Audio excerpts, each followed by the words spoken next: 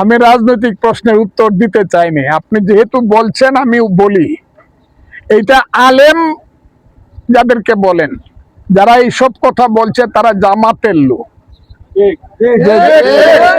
তারা জামাতের লোক। আলেম ওলামাকে আমি মাথার উপরে রাখি।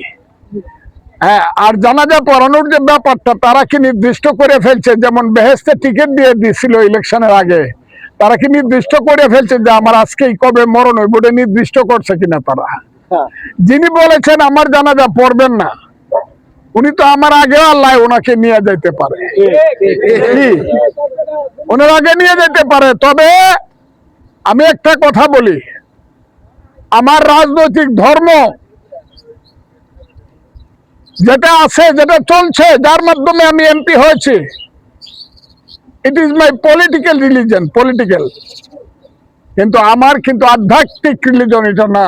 আমি আল্লাহ রসুলে বিশ্বাসী মানুষ, আমি কোরআনে বিশ্বাসী মানুষ।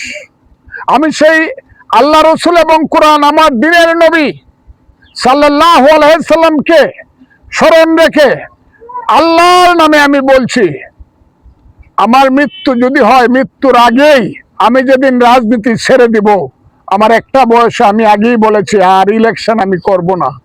আমি যেদিন রাজনীতি ছেড়ে দিব, আমার সে আল্লাহকে পাওয়ার পথে আমার একটা রাস্তা আছে। সেই রাস্তাটা হলো আহলে সুন্নাত ওয়াল জামাত। কথাটা খুব ক্লিয়ার আমার। আমি সুফিবাদী লাইনের মানুষ, এটা খুব ক্লিয়ার, সবাইকে জানা রাখতেছি।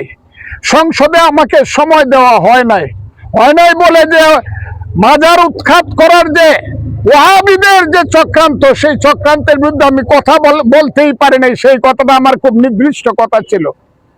আমি বলতে চাই, এই দেশে যতদিন ওলিয়া উলিয়া গাউস কুতুব দরবেশ থাকবে, যতদিন হযরত শাহজালাল শাহপরানরা থাকবে, যতদিন গেসুদরাজ থেকে ধরে যারা থাকবে, যখন নাসিরউদ্দিন শাহ পর্যন্ত, যতদিন এই দেশে ওলিয়া উলিয়া গাছ কুতুবরা থাকবে, আমি জানি আমি বংশানুক্রমিকভাবে আহলে সুন্নাতুল জামাতের মানুষ।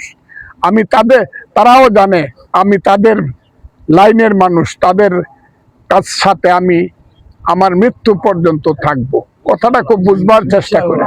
আমি সুফিবাদী লাইনের মানুষ, কাজেই আমার জানাজা পড়ানোর জন্য যদি আল্লাহ আমার জানাজার কপাল রাখা থাকে, আমার জানাজা পড়ানোর জন্য ওয়াহাবিরা লাগবে না, জামাতের ওয়াহাবিরা লাগবে না।